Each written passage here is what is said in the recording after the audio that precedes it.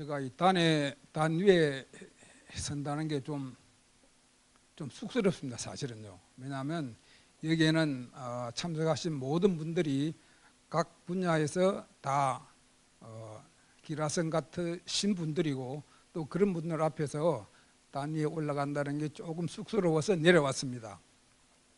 이 자리에는 참 제가 감히 이렇게 앞에 설 수 없을 만큼 훌륭하신 분들도 많이 계십니다.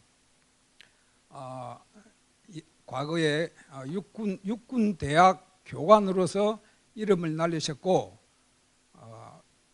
군사정전위 한측 수석 대표를 지내신, 그래서 한 시대를 풍미하셨던 우리 정봉률 육사 15기 장군도 오셨고, 국방부 창설 이래 가장 훌륭했다고 평가받는 우리 윤창로 대변인도 오셨고, 또 동서양 역사를 완전히 꿰뚫어보고 계시는 우리 안창옥 회장님도 오셨고, 그 외에도 양승근 장군, 박헌재 장군을 비롯해서 그 다음에 수많은 분들이 여기에 참석하셨습니다. 감히 그런 분들 앞에서 이승만 대통령에 관해서 말씀을 한다는 것이 대단히 죄송스럽지만은, 입술을 창조하신 분이 하나님이시기 때문에 하나님 백 믿고 지금부터 말씀을 드리겠습니다. 이승만 대통령은 1875년 3월 26일 날 황해도 평산에서 양녕대군이 서자가 5명인데 그 서자 중에서 마지막 서자 이근의 14대 손이 이경손 씨인데, 이 이경손 씨의 3남 2녀 중 막내 아들로 태어납니다. 그런데 자기 형 2사람은 일찍이 죽기 때문에 실제 이승만은 그 집안의 장자 역할을 합니다. 그런데 이승만이 태어났을 당시의 일본이나 청국이나 미국 상황은 어땠는가 하게 되면, 먼저 청국은 1875년에 서태후가 3살 배기 광서제를 황제로 임명해놓고 섭정을 실시함으로써 청국이 완전히 패망의 길로 들어서는 그런 시기였습니다. 일본은 1853년부터 1877년까지 명치유신을 단행하는데, 그 명치유신이 거의 끝나가던 그때가 1875년에 이승만이 태어납니다. 미국은 어떻느냐? 미국은 1620년에 여러분들이 잘 아시다시피 102명이 메이플라워호를 타고 종교 자유를 얻기 위해서 신천지를 향해서 가다가 미국을 발견해서 미국에서 나라를 세웁니다. 청교도 정신으로 나라를 세워서 한 250년이 지나서 이제 세계 최강대국으로 부상을 했고, 그래서 수많은 선교사를 해외에 파송해서 복음을 전하는 그런 나라였습니다. 그 중에 일부가 10여 명이 그 당시 이승만이 태어나던 그 당시에 우리 조선 반도에 파송되어서 기독교를 전파하던 시기였습니다. 그런데 이승만은 1875년에 태어난 이후로 서자기 때문에 상당히 제한을 많이 받습니다.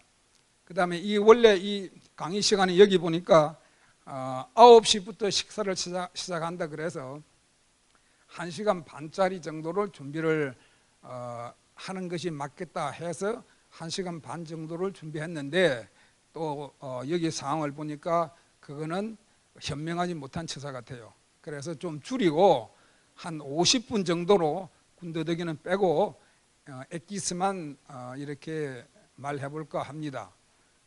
이승만이 7살 되던 1882년, 다 설명하려면 깁니다만 간단하게 하겠습니다.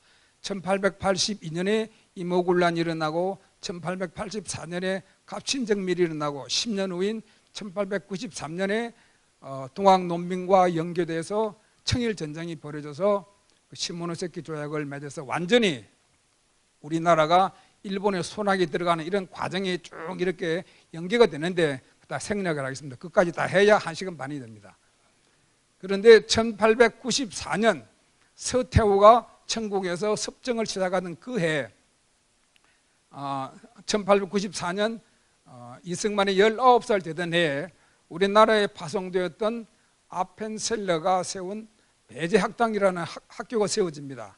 그런데 이승만은 19살 될 때까지 과거 시험을 몇 번 봅니다. 그런데 머리도 워낙 좋고 공부도 워낙 잘했지만은 단지 서자 출신이라는 이유로 과거에 낙방합니다. 제가 지금 생각해 보니까 만일에 그 당시 이승만이 과거에 급제해서 관리로 나갔다면 절대로 그 사람 대한민국 대통령 못 됩니다. 절대로 될 수가 없어요. 왜냐하면 관리로 나갔지 이렇게 이제 뒤쪽 나옵니다만은 그렇게 고난받는 그런 과정을 거치지 못했을 것입니다. 하여튼 이제 그 자기 어머니가 보니까 워낙 머리 좋고 똑똑한데 서자 출신이니까 출세길이 막혔습니다. 그러니까 뭐든지 이승만을 좀 미리 교육을 시키고 앞길을 틔워줘야 되는데 그러던 중에 이승만이 이제 그 아펜셀러가 세운 배제학당에 들어가겠다 그러니까 조건을 하나 겁니다. 이승만의 어머니는 독실한 불교 신자이기 때문에 너 서양 귀신을 믿지 않는다는 조건으로 들어가라. 그렇게 이야기를 합니다. 그 서양 귀신이라는 것이 바로 기독교, 예수 믿는 겁니다. 그러니까 이승만은 학교 들어갈 그 욕심에 단단히 약속을 하고 들어갑니다. 이승만이 얼마나 머리가 좋은가 하게 되면 단 6개월 만에 완전히 영어를 마스터해서 한국인 최초로 배제학당의 영어 교사가 됩니다. 한국인 최초입니다. 워낙 공부를 잘해서요. 그러니까 그 당시 아펜셀러 선교사가 주는 각종 서적, 그러니까 미국에서 발행되는 각종 서적을 읽어서 국제 정서에 환합니다. 그래서 그 교사를 하면서 협성회보, 제국신문, 매일신문, 신문 등을 통해서 우리나라 백성을 깨우쳐야 되겠다 해서 열심히 일을 합니다. 그러다가 1896년에 갑신정변을 일으켰던 사람 중에 하나인 서재필 박사가 사면을 받아서 미국에서 돌아옵니다. 이 서재필 박사는 갑신정변의 주동자인데 갑신정변이 3일 만에 실패하고 일본으로 망명해서 일본에서도 홀대를 하니까 미국 가서 한국인 최초 의학 박사가 되고 의사로서 근무를 하다가 한국인 최초로 육군 군의관을 지냅니다. 그러다가 사면받아서 이제 한국으로 돌아옵니다. 돌아와서 국민들이 주인이 되는 나라를 만들어야 된다 하고 세운 것이 독립협회입니다. 이 독립협회에서 독립신문을 만드는데 이승만이 워낙 글도 잘 쓰고 그러니까 이승만을 독립신문의 주필로 임명을 합니다. 그래서 그때 많은 이제 글도 쓰고 기고도 합니다. 그러다가 이승만이 그 독립신문에 언제 어디에서 무슨 강연을 한다 하고 광고를 하게 되면 전국 방방곡곡에서 최소한도 한 10,000여 명 정도가 그 강연을 들으러 참석했다고 합니다. 그러다가 1899년 이제 갑신정변의 주역이었던 사람 중에 하나 박영호가 주도하는 고종 퇴위 운동에 가담을 합니다. 고종은 물론 나라고 직접 말한 것이 아니고 독립신문에다가 이승만이 이제 봉건 체제를 타파하고 우리도 근대 국가로 나가야 된다. 그렇기 때문에 왕정 체제는 맞지 않다. 그리고 간접적으로 고종 퇴위 운동에 가담을 하는데 이것이 영모죄로 얽혀서 체포령이 내려집니다. 그러니까 이승만은 급히 그 선교사 집으로 피신을 합니다. 그런데 마침 그 선교사 집에 피신하고 있는 그 와중에 그 선교사 집 부근에 있던 어느 민간인이 자기 12살 먹는 아들이 거의 다 죽어가는데 급히 그 선교사가 의사이기 때문에 그 선교사에게 좀 고쳐달라고 그럽니다. 그런데 이 말이 통해야 되니까 말이 통해야 뭐 병이 뭔지 알고 고칠 것인데 말이 안 통하니까 이 선교사가 눈치만 보고 있습니다. 그 이승만이 그걸 알았어요. 알고 벌써 무슨 말 하는지 알았기 때문에 내가 통역해 주겠다. 그러니까 그 선교사가 너는 나가면 바로 체포된다. 그러니까 체포돼도 좋다. 사람 생명이 더 중요하지 내 체포되는 것이 중요하지 않다 하고 나갑니다. 나가서 통역해 줘서 병을 고쳐줘요. 그리고 체포를 당합니다. 그래서 바로 1899년에 한성 감옥에 투옥이 됩니다. 이것이 이승만의 이제 그 실현의 시작입니다. 그런데 우리 잘 아시다시피, 여러분도 아시다시피 영모죄에 걸리게 되면 전부 이는 사형입니다. 그러니까 사형 선고를 받아요. 그래서 많은 사람들이 참수형을 당합니다. 그런데 이승만은 다행히 왕족이라는 그 이유로, 비록 서자 출신이지만 왕족입니다. 자꾸 이렇게 저형이 미루어지고 나중에는 무기형을 선고받습니다. 그런데 무기형을 선고받기 전까지 이승만이 한성 감옥에 있을 때는 그 목에 칼을 씌우고 발에 착고를 채우고 꼼짝을 못하도록 만들었습니다. 그런데 그 한성 감옥에는 워낙 사람들이 많았기 때문에 그 중죄인, 즉 사형을 받은 사형수와 그렇지 않은 사람도 같은 방에 넣었다고 합니다. 그런데 그때 이제 아펜셀러가 그 성경책, 그 다음에 존 번연이 지은 철로역정, 그 다음에 이런 많은 책들을 넣어주는데 이승만이 그러니까 별로 그 감옥 안에서 할 일이 아무것도 없잖아요. 그러니까 다행히 영어를 잘하기 때문에 영어로 된 성경을 봅니다. 너무너무 재미있어 가지고 하루 종일 그 성경을 봅니다. 그럼 자기가 직접 못 넘기니까 옆에 있는 그런 목에 칼 안 씌워진 일반 죄수 보고, 야, 좀 책장 하나 넘겨라. 그러면 좀 좋은 사람이 이제 걸리면 잘 넘겨주는데, 아주 못되는 걸리면 임마 네가 뭔데 나한테 책 넘기라고 하느냐고 치받고 그랬대요. 아주 수모를 많이 당합니다. 그런데 밤만 되면 이제 다시 불려 나가서 심한 고문을 당합니다. 그런데 이승만의 그 회고록을 보게 되면 그 자기가 당한 그 수많은 고통이 예수님의 십자가에 비하면 정말 아무것도 아니더라. 그래서 참았대요. 그러니까 자기가 만일에 그런 고난과 고통을 안 당했더라면 절대로 그 사람은 예수님을 영접하지 못했을 것입니다. 이것은 하나님이 처음부터 너는 서자로 태어나라, 그러고 너는 왕족이지만 서자로 태어나, 이런 과정을 거치라 하고 쭉 이제 이어지는 과정이 나옵니다. 그래서 한 5년 동안 극심하게 고통을 당하고 감옥 생활을 하고 있는데 1904년 되니까 우리나라 대한제국이라는 국호는 1897년 10월 12일부터 1910년 8월 29일까지 그 을사늑약이 체결되는 그때까지 13년 동안만 대한제국이라는 호칭을 썼습니다. 국호를 썼습니다. 그때 장호익 장군이라고 우리나라 최초의 일본 육사 출신이고 장성입니다. 그 사람도 마찬가지 영모죄로 연루되어서 한성 감옥에 있다가 그 죄수들을 다 밖에 꺼내놓고 보는 앞에서 참수형을 시킵니다. 그 장호익 장군이 죽으면서 대한제국 만세 이렇게 하고 죽는 것을 이승만도 직접 봤습니다. 그러다가 이제 하나님 역사가 일어납니다. 1904년에 러일 전쟁이 벌어집니다. 그런데 러일 전쟁은 1904년 2월 8일 날 시작해서 1904년 9월 5일 날 종료가 되는데 한 7개월 동안입니다.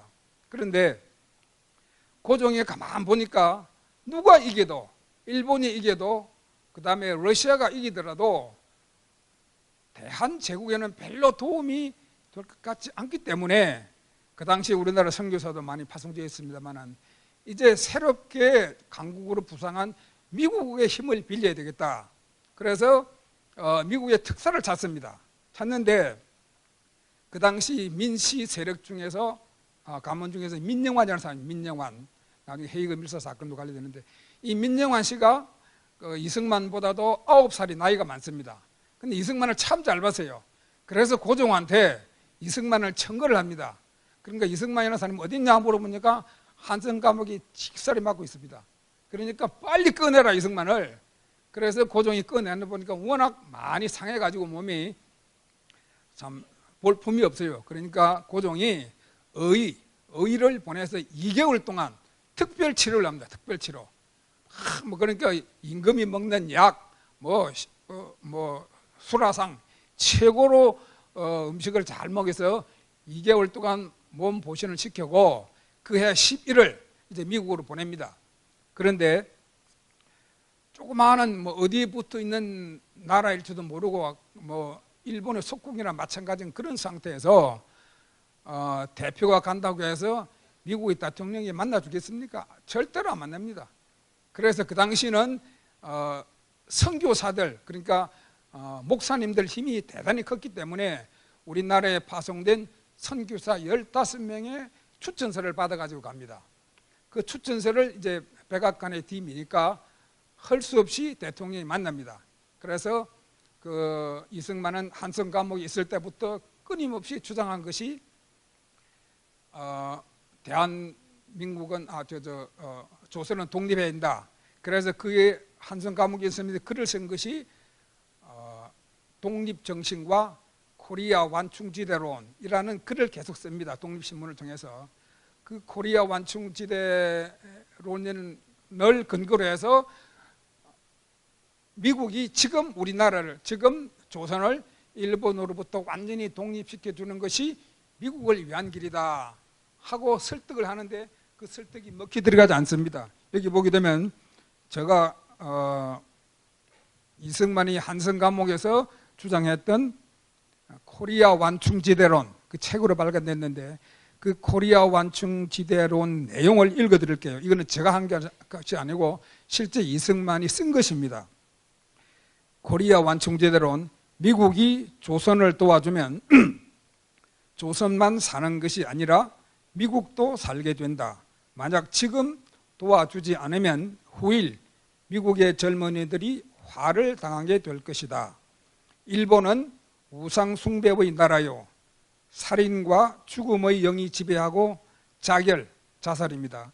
자결을 숭상하는 나라이기 때문에 절대로 전쟁을 멈출 수 없는 민족이며 결국 만주는 물론 중국까지 집어삼키게 될 것이고, 그리고 그 야욕은 결국 세계 강대국인 미국을 향하게 될 것이다. 일본은 광대한 중국을 점령 통제하기 위하여 극심한 공포 정책을 사용할 것이다. 따라서 미국의 젊은이들이 살 수 있는 유일한 방법은 지금 일본이 점령하고 있는 조선을 독립시켜야 한다. 그것이 최선의 방법이다. 이것이 이승만의 주장이었습니다. 나중에 정확하게 그대로 됩니다. 그런데 그 미국 대통령을 만났을 그 당시에는 1905년에 태프트 가츠라 초약이 1905년에 이루어지는데 이승만은 1904년 12월 달에 미국 대통령을 만납니다. 그런데 벌써 그 실무 작업을 일본하고 미국하고 하고 있는 중이기 때문에 절대로 독립이 이루어질 수 없습니다. 그래서 실패를 하고 1905년 2월 달에 이승만은 조지 워싱턴 대학에 30살의 나이에 조지 워싱턴 대학에 입학을 합니다. 그런데 앞에서도 언급했지만 워낙 머리가 좋기 때문에 2년 만에 졸업을 합니다. 2년 만에 학사 학위를 따요. 그 다음에 바로 하버드 대학에 석사 과정을 들어갑니다. 이 또 1년 만에 석사 과정을 끝냅니다. 그 다음에 바로 이어서 프린스턴 대학에 박사 학위 과정을 들어갑니다. 그래서 2년 만에 박사 학위를 마칩니다. 그래서 1910년에 박사 학위를 취득합니다. 그러니까 1905년부터 1910년까지 만 5년 동안에 학사, 석사, 박사를 다 마칩니다. 그것도 시시한 대학이 아니고 미국에서 가장 명문이라는 조지 워싱턴 대, 하버드 대, 프린스턴 대학입니다. 그러니까 그 프린스턴 대학에서 박사 학위를 받을 그 당시에 프린스턴 대학 총장이 윌슨 씨인데 이 윌슨이 1913년부터 23년까지, 그러니까 13년부터 21년까지 제28대 미국 대통령이 됩니다. 그러니까 윌슨이 보니까 이 이승만이라는 이 동양 청년이 너무너무 머리가 좋아요. 세상에 이런 사람이 있느냐. 그 당시에 미국의 명문 고등학교를 수석으로 졸업한 사람이 동일한 과정을 밟으면, 그러니까 조지 워싱턴 대, 하버드 대, 프린스턴 대 이렇게 그 동일한 과정을 밟으면 대개 10년 걸린다. 10년. 그 10년 걸리는 것을 이승만은 단 5년 만에 끝내버립니다. 그러니까 동양 최고의 천재가 왔다 하고 난립니다. 그 다음에 1912년에 그 이승만이 발표했던 그 박사 논문이 책으로 되어 나옵니다. 12년에. 그런데 13년에 윌슨이 그 총장에서 대통령으로 가고 1914년에 1차 대전이 벌어집니다. 일제대전이 발발했는데 미국은 중립을 천명했어요. 그런데 이승만이 프린스턴 대학에서 박사학위 논문이 뭐냐 하게 되면 미국의 영향을 받은 국제법상 중립론입니다. 윌슨 대통령이 그 바로 이승만 대통령의 논문의 일부를 인용해서 상하 양원 합동회의에서 왜 우리나라가 중립이 되어야 된다 하는 것을 연설을 합니다. 그 연설 인용문이 이승만 대통령의 논문이 대부분입니다. 대부분. 그 얼마나 대단했기에 세계 최강국인 대통령이 국회에서 연설을 할 때 그 논문을 인용하기까지 되겠습니까? 그래서 미국에 있는 유수한 대학에서 이제 교수로 초빙을 합니다.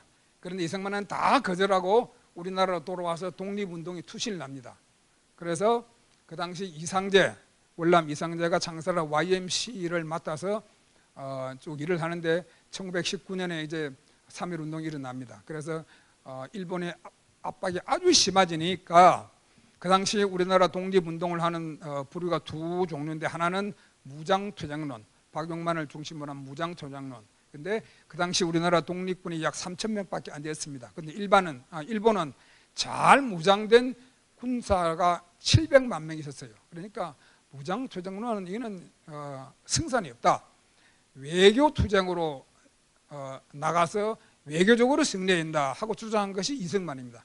그래서 일본의 압제를 피해서 1921년도 하와이로 갑니다. 그 하와이에서 이제 우리 한인 이민 1세대, 그러니까 사탕수수밭에 갔던 한인 1세대들이 이제 이렇게 독립 자금을 많이 줍니다.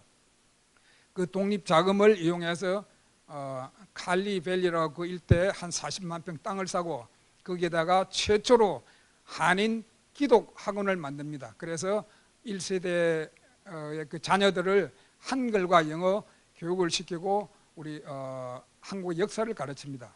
그러다가 하와이에 머물러서 안 되겠다 싶어서 1925년부터 본토로 날아갑니다.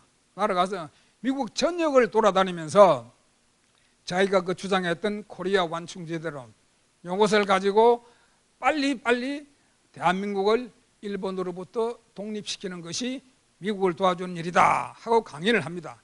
상당히 먹혀 들어가서요. 그러니까 일본이 보니까 아주 골치 아픕니다.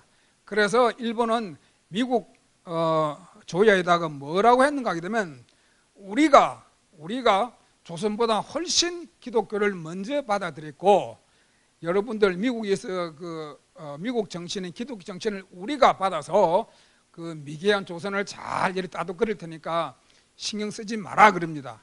그것이 먹혀 들어갑니다. 실제 일본은 1549년도 스페인의 프란시스 자비에르 신부가 카톨릭을 전합니다. 그럼 우리나라보다 한 300년 정도 더 빨리 기독교가 전파된 건 사실입니다.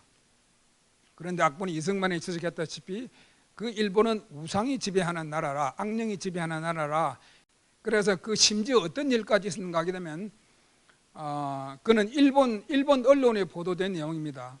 일본 육군 소위 두 사람이 포로 100명씩을 딱 이렇게 앉혀놓고 일본도로 시간을 재고 누가 먼저 목을 베느냐 시합까지 하는 게 아니라 시합. 사람 목 베기 시합입니다. 실제로 그거는 다른 언론이 한 것이 아니고 일본에 있는 언론이 그 사실을 짤막하게 보도한 기사가 발견이 되었습니다. 그러니까 이승만이 주장한 대로 극심한 공포 정책을 채택을 합니다. 그래서 무지무지하게 죽여버립니다. 그러니까 반신반의하다가도 그래도 설마 그럴 것이냐 하고 있는 중에 그래도 미국이 이제 이게 완전히 안 들어오니까 이승만은 1941년 6월 달에 저펜 인사이드 아웃 일본의 속내라는 책을 발간합니다. 그게 1941년 6월입니다. 그 저펜 인사이드 아웃 그 내용 중에 보면 이런 게 나옵니다. 일본의 정체를 폭로한다는 책인데 서문에 보게 되면 그 책 서문입니다. 일본은 석유를 얻기 위해 태평양 북쪽이나 아니면 태평양을 가로질러 하와이로 진격할 것이다. 그 제1장에 보게 되면 불길이 사납게 타오르고 있다. 거세어진 불길은 기독교 문명권의 모든 성취를 잿더미로 만들 것이다. 나와 친애하는 미국인들이여, 내 말에 귀를 기울여라. 지금 사납게 타오르는 우상 숭배의 불이 당신의 선조들이 만들어 놓은 학교, 병원, 군대, 정부, 교회, 선교의 현장까지 깡그리 새까맣게 태워버릴 불길이 타오르고 있다. 그것은 바로 일본이다. 일본은 전쟁의 영에 사로잡힌 8천만의 살인기거를 보유한 국가이다 하고 서론에 썼어요. 그 책의 결론에 가까운 시일에 일본은 북쪽 시베리아나 태평양을 가로질러 하와이를 침략할 것이다. 그러나 기독교 문명권은 연합군을 구성하여 일본을 물리칠 것이고 자기들의 섬으로 몰아낼 것이다. 그때 전 세계는 비록 일본에게 짓밟혔으나 절대로 굴복하지 않았던 위대한 민족의 찬란한 부활을 목격하게 될 것이다. 그것이 바로 나의 조국이 될 것이다. 이렇게 연했어요. 정확하게만 여러분 두고 보세요. 바로 이승만이 그 저펜 인사이드 아웃이라는 책을 발간한 6개월 후인 1941년 12월 7일 07시 30분입니다.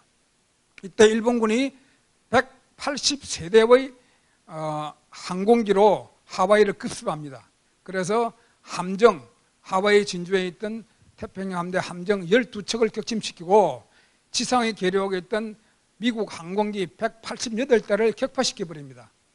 그때서야 일본에서 미국 정부에서 깜짝 놀랍니다. 하나도 이승만이 예언한 것이 하나도 안 들어맞은 게 없어요. 만주 점령, 중국 본토 점령, 하와이 바로 6개월 전에 자기가 그렇게 한 것이 정확하게 맞아 들어갑니다. 그러니까 대통령 특명으로 이승만의 논문을 찾습니다. 그러니까 논문이 별로 잘 안 팔렸으니까 별로 없어요. 단시간에 70만 부를 찍어냅니다. 70만 부. 그래서 모든 국방성, 국무성, 모든 관공서, 그다음 학자들 이거는 반드시 읽어봐라 이승만 책을. 그래서 졸지에 70만 권의 책이 팔립니다. 그래서 이제 이미 사태는 끝났죠. 그런데 하여튼 그 하와이 공격을 통해서 6회 공군 해병대 민간에 포함해서 2,468명이 죽습니다. 그런데 이제 그러니까 미국이 이제 본격적으로 일본은 자기들이 말하는 것 갖고 전혀 틀린 나라구나.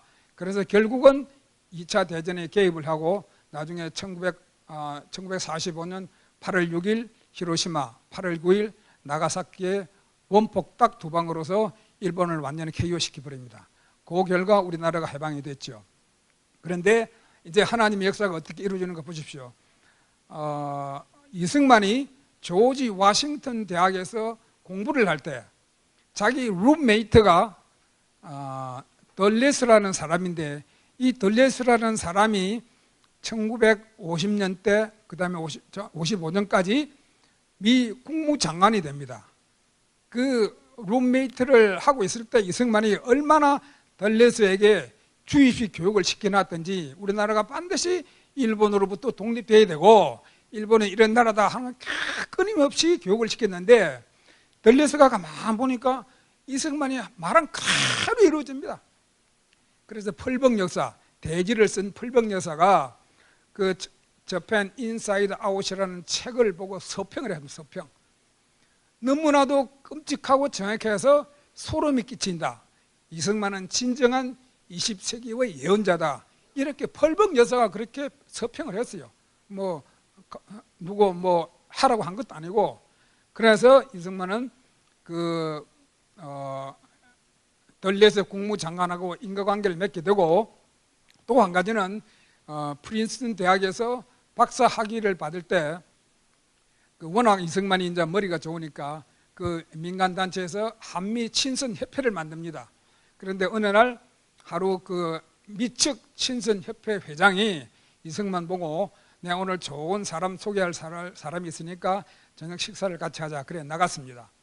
나갔는데 그 식사 자리에서 그 미측 친선협회 회장이 이승만에게 소개해 준 사람이 자기 그 친선협회 회장의 사위인 메가드 그 당시 메가드 소령입니다. 소령, 육군 소령, 메가드 육군 소령. 그런데 이제 설명하는데 이 메가드가 미 육사 역사상 가장 높은 점수인 평균 98점을 맞고 수석으로 졸업한 사실을 알게 됩니다. 그러니까 메가드도 자기도 머리 좋다고 생각하는데 이승만 들어보니까 자기보다 머리 더 좋거든요. 그래서 둘이가 아주 친밀한 관계를 계속 유지합니다. 그러다가 아주 세월이 흘려서 우리나라가 독립을 하고 이제 이승만이 1948년 5월 10일 날 총선을 해서 198명의 국회의원이 이제 당선이 되고 그 초대 국회의장으로 이승만이 됩니다.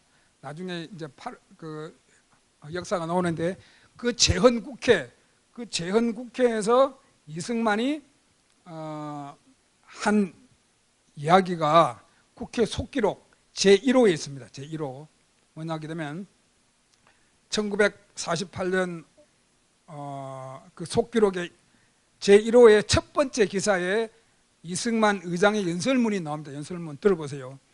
반만년 길고 유구한 우리 역사에 처음으로 민주주의 시대를 개막하고 국회를 열게 된 것은 사람의 능력이나 힘으로 된 것이 아니고 오직 하나님의 은혜요 도우심으로 된 것입니다. 이렇게 하고 이운영 국회의원이 종로구 출신 국회의원 목사입니다. 그분이 목사.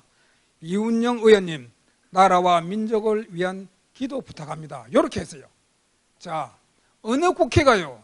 어느 국회가 국회를 개회하면서 세상에 기도하고 그 다음에 그 목사님 보고 축복 기도 해달라는 그런 나라가 어디 있어요? 만일에 이승만이 그런 과정을 거쳐서 예수 믿지 않는 사람으로 되어 있었다면 절대 이런 역사는 안 일어납니다. 그러니까 한성 감옥에서 죽음 직전까지 갔던 그 한성 감옥에서 아펜셀러 선교사가 넣어주는 성경을 읽고 예수님을 영접해서 여기까지 왔어요. 그 다음에 1948년 8월 15일 이제 독립선포일을 이제 기념 행사를 하는데 그 당시 우리나라는요 아프리카보다도 더 못 살았던 나라이기 때문에 전 세계 언론에서 주목을 거의 안 했어요. 관심을 안 뒀습니다. 그 이승만은 워낙 머리가 좋은 사람이고 알기 때문에 그 당시에는 극동군 사령관, 미국 극동군 사령관이 메가드인데 도쿄에 있었어요. 그런데 메가드가 한번 뜨면 각 세계 언론 기자들 한 7, 80명이 따라다닙니다. 그러니까 이승만이 그걸 알고 그 메가드한테 8월 15일 날 우리나라 독립선포식이라고 행사를 하니까 좀 와달라 그러니까 워낙 둘이 관계가 좋으니까 당연히 오겠다고 그럽니다. 그러니까 메가드가 도쿄에서 비행기를 타고 오니까 우리나라 독립을 위해서 보러 온 외국 기자들이 아니고 메가드를 따라다닌 기자들이 한 7, 80명이 우리나라로 옵니다. 그래서 자연히 대한민국 독립이 전 세계에 알려져 버립니다. 기가 찰 노릇입니다. 그런데 더 이제 쇼킹한 사실은 메가드가 1942년도에 필리핀 방면군 사령관으로 마닐라에 주둔했는데 그때 일본이 급습할 때 자기 짐을 다 챙겼는데 자기 짐 중에 하나 귀중한 것을 잃어버립니다. 메가드 원수의 아버지가 아스 메가드인데 우리 영어에 like father, like son 그 아비의 그 자식이라는 말이 있습니다. 그 아스 메가드가 18세 때 미국 남북 전쟁에 참가를 하고 워낙 싸움을 잘해서 인디안과의 그 전투에서 혁혁한 공헌을 세워서 20살 때 대령으로 진급합니다. 대령으로. 그러니까 그 당시에는 무슨 일이 정규 진급이 아니기 때문에 그래서 너무너무 전투를 잘했어요. 그러다가 남북 전쟁이 끝나고 이제 예편해가지고 다시 법학 공부를 하다가 다시 미 육군 소위로 들어갑니다. 나중에 별 3가지 달아요. 그러다가 필리핀 군정 장관까지 지납니다. 이 필리핀 군정 장관 지날 때 우리나라 고종을 방문합니다. 그때 고종이 그 아스 메가드한테 선물로 뭐를 줬는가 하게 되면 청동향로, 국보급 청동향로 한 점을 줍니다. 그러니까 이 국보급 청동향로는 그 메가드 가의 진짜 보물입니다. 그러니까 메가드는 어디 가더라도 그 청동향로를 항상 가지고 다닙니다. 필리핀에서 마찬가지입니다.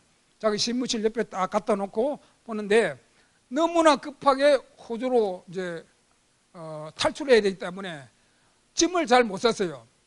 그러다가 부관이 급하게 이제 뭐 비밀 서류 좀 들고 이렇게 가다가 비행기를 타고 가는데 비행기가 이렇게 움직이니까 그 청동향로가 물에 빠져버립니다.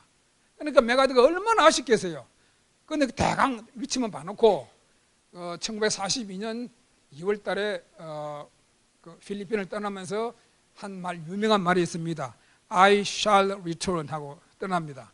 그러다 정확하게 3년 후인 1945년에 다시 필리핀으로 돌아옵니다. 그래서 I have returned 하고 그렇게 짧은 성명을 발표하는데, 메가드가 그게 생각나서 대강 떨어뜨렸던 그 지역을 알기 때문에 온갖 선박들을 다 동원해서 찾습니다. 그런데 3년 뒤에 그거 있겠습니까? 없습니다. 그래서 늘 아쉬운 마음을 가지고 있는데 이승만 대통령이 그걸 알았어요. 알고 군하고 경찰에 그 청동향로가 어떻다는 건 아니까 3개월 동안 이 향로를 찾아라, 아니면 이 향로를 만든 사람을 찾아라 하고 특명을 내립니다. 그러다가 3개월 만에 청동향로를 3점을 발견합니다. 3점. 그래서 이승만이 딱 그것을 잘 쏴서, 아무도 모르게 잘 쏴서 이제 그 8월 15일 기념 행사를 합니다. 그래서 다 끝난 뒤에 이승만이 메가드한테 내가 줄 선물이 있다 그러니까 대단히 감사하다고, 내가 도쿄 들어가서 내 집무실에서 펴보겠다 그러니까 그러지 말고 여기서 펴보라고. 그래 딱 펴니까 지가 바로 떨어뜨렸던 딱 그 청동향로입니다. 그 한 개가 아니고 3개예요, 3개. 얼마나 메가드가 감격하고 놀랐는지 그 순간은 참 말로 표현할 수 없죠. 그러고 행사 끝나고 가면서 메가드가 이승만에게 딱 달리, 나는 당신을 위해서 무엇이든지 하겠다. 무엇이든지. 그렇게 약속으로 갑니다. 그런데 1950년 6월 25일 날 요격은 빵 터집니다. 그러니까 트루먼 대통령이 국무성에서는 덜레스 국무장관한테, 국방성 분야에서는 극동산 군사령관의 메가드한테, 자, 한국 전쟁에 우리가 개입해야 되느냐 안 해야 되느냐 검토 보고 지시가 떨어집니다. 이게 어떻게 우연입니까? 절대 우연 아닙니다. 하나님이 그 워싱턴 조지 워싱턴 대학 때 룸메이트를 만들어준 그 딸려서, 그 다음에 이렇게 좋은 관계를 맺겠던 메가드, 하필 대통령이 국무성 국방은 그 두 사람한테 지시를 합니다. 그러니까 볼 것도 없습니다. 당연히 개입해야 됩니다 하고 건의가 들어갑니다. 그러니까 유엔 결의 없더라도 미국이 단독으로 그렇게 전쟁에 투입되는 결과를 거둡니다. 그래서 결국 우리나라가 이제 공산화되지 않고 자유 대한민국이 되는데, 이제 결론적으로 이승만이 얼마나 우리나라를 위해서 좋은 아주 획기적인 일을 했는가 하는 걸 3가지만 하고 지금 마치겠습니다. 원래 이 과정을 쭉 설명하면 1시간 반까지 하면 참 재미있는데 너무 자르다 보니까 뭐 좀 뜁니다. 제일 처음에는 교육개혁입니다. 교육. 이승만이 우리가 해방 당시 이승만이 대통령으로 취임할 당시 우리나라는 초등학교건 고등학교건 하여튼 대학이건 교육을 받은 국민들의 수가 약 14%였습니다. 그런데 이승만이 1959년도 되게 되면 우리나라 전 국민들의 96%가 초등교육 이상은 다 받습니다. 하여튼 그 교육을 시키기 위해서 건국헌법 제16조에 이런 문구를 넣습니다. 모든 국민은 균등한 교육을 받을 권리를 가진다. 적어도 초등교육은 의무이며 무상으로 한다 하는 문구를 딱 넣습니다. 여기에서 여러분들 적어도라는 말은 지금 현재 우리나라 재정이나 여러 여건상 초, 중, 고 다 무상교육은 안 된다. 적어도 초등학교만은 무상교육 시키자 한 거 헌법이 명시합니다. 그 다음에 지금 우리나라는 완전한 의무교육은 아니지만은 이승만의 예언대로 뭐 중등, 고등학교가 거의 의무 교육에 준하는 그런 교육을 받고 있거든요. 그 다음에 이승만은 6.25 사변 당시에 대학에 입학한 학생들은 징집에서 면제해 버렸어요. 그 이유는 그때는 우리가 부산까지 밀릴 때고 그러니까 한 사람의 그 병사가 필요한데 과감하게 대학생들은 병력 면제를 시켜버립니다. 이유는 언젠가는 전쟁 끝날 것이고 이 전쟁 끝나면 우리나라를 다시 이렇게 키워야 되는데 지금 대학생들을 전선으로 내보내 죽여버리면 그 대학생 같은 사람 키우려면 아주 시간 많이 안 된다. 좀 힘들더라도 대학생 배제해서 과감하게 징집을 면제시키는 아주 극단적인 조치를 취합니다. 이것이 나중에 우리 6.25 사변 끝난 뒤에 박정희 대통령이 우리나라를 건설할 때 가장 핵심적인 그런 자원으로 역할하게 됩니다. 그 다음에 두 번째가 한미 상호 방위 조약입니다. 이 한미 상호 방위 조약은 참 작성되기 전까지 이승만 아니면 절대로 할 수 없는 그런 일입니다. 1951년 7월부터 실제 휴전 협정이 시작이 됩니다. 그런데 뭐 밀고 당기고 하다가 한 2년 걸리지요. 그런데 가장 큰 걸림돌은 포로송환문입니다. 포로. 근데 유엔군 측은 자유송환, 내가 가고 싶은 놈은 가고 남을 놈 남게 하자 하는 자유송환 원칙이고, 공산군은 강제송환 원칙입니다. 무조건 포로 잡힌 거 다 내놔라, 다 데리고 가겠다. 그래서 실랑이를 하는데 그 잘 안 됩니다. 그러다가 미국은 그때 아이젠하워 대통령이 트루만 후임으로 대통령이 되었는데 빨리 전쟁을 마치고 그 미국 병사들을 이제 본국으로 돌려보내야 되는데 이 휴전 협정이 안 끝나니까 상당히 초조해집니다. 그래서 많이 양보를 합니다. 어떻게 하는가 하면 우선 휴전 협정 맺은 뒤에 60일 내에 이제 자기가 원하는 사람은 다 돌려보내고, 그 다음에 원하지 않는 사람들은 제3국으로 보내서 6개월 동안 자기 그 나라에서 와서 설득을 시키고, 그래도 안 되면 포로를 그냥 석방하자 하는 그런 조건으로 타협안을 제시하는데 거기 거의 받아들여질 형편입니다. 그런데 이승만은 휴전협정은 절대 안 된다. 만일에 휴전협정을 맺어서 공산군 철수하고 미군 철수해버리고 나면 다시 압록강을 이제 국경으로 중국과 접하게 될 것이고 두만강을 국경으로 소련과 접하게 되는데 다시 쳐들어오게 되면 너 미국 너 올 거냐 안 올 거냐? 안 된다. 절대로 너가 우리를 보장해 준다는 보장 없으면 안 된다. 그러니까 미국이 야 그건 좀 어렵다 하고 발을 뺍니다. 그러니까 하도 화가 나니까 6월 18일 날 1953년 6월 18일 날 공공실을 위해서 대구, 경산, 마산, 부산, 광주, 논산, 부평 이 등지에 분산 배치되어 있던 방공포로를 싹 풀어버립니다. 전부 탈출시켜버립니다. 물론 미군들이 경계했지만은 원영덕 헌병총사령관의 특별 지휘해서 그게 각 포로 수용소에 우리 헌병들이 파견되어 있기 때문에 전기 다 꺼버리고 철조망 다 잘라서 무려 3만 7천 명을 탈출시킵니다. 그 중에 8천 명은 잡혀 들어갑니다. 다시 2만 7천 명은 다 살아서 도망가 버렸어요. 그러니까 휴전 협정이 될 수가 없습니다. 미국에서 난리 났어요. 빨리 끝내야 되는데. 그러니까 할 수 없이 이승만이 요구하는 대로 야, 네 말 다 들어줄 테니까 하자.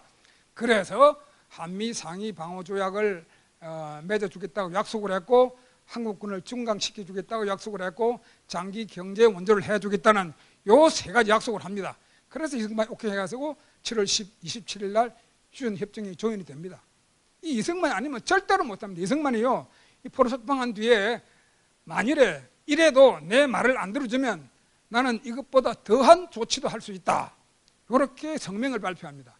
그러니까 미국에서 아이젠하워 대통령이 뭐라고 하는가 하면 나는 우방을 하나 잃고 적을 하나 얻었다. 그 다음에 덜레스 국무장관은 뭐라고 하냐면 내 등 뒤에 비수를 이승만이 꽂았다.